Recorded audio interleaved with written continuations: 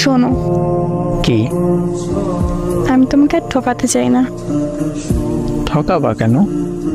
তোমাকে একটা মিথ্যা কথা বলছি। তাহলে সেই মিথ্যা কথার সত্যিটা এখন বলো।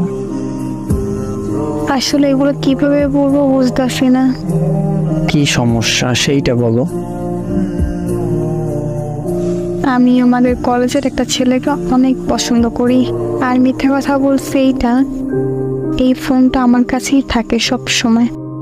আমি ওই ছেলের সাথে সব সময় কথা বলি। নিজের অজান্তে ওরা অনেকটা ভালোবেসে ফেলছি। গতকাল আমি ওরে বলছি সব ঘটনা। ও আমার সাথে সম্পর্ক করার জন্য রাজি হয়েছে। তাই বুকে অনেক হাউস নিয়ে তোমাকে আমি এসব বলতে আসছি।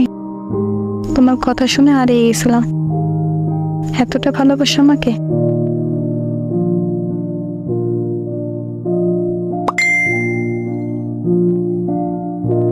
ক্ষমা করে দিও আমাকে।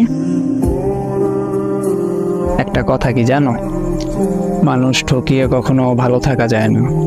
আল্লাহ ছাড় দেন কিন্তু ছাইড়া দেন না। প্লিজ এইভাবে বললো না। আমি এখন তোমাকে কি বলবো সেটাই বুঝতে পারতেছি না। এমনও মানুষ হয়। আচ্ছা, আমার কমতি ছিল কোথায়? জানি না। তোমার অনেক চাহিদা ছিল যেগুলো আমি পূরণ করতে পারতাম না, সেটাই তো।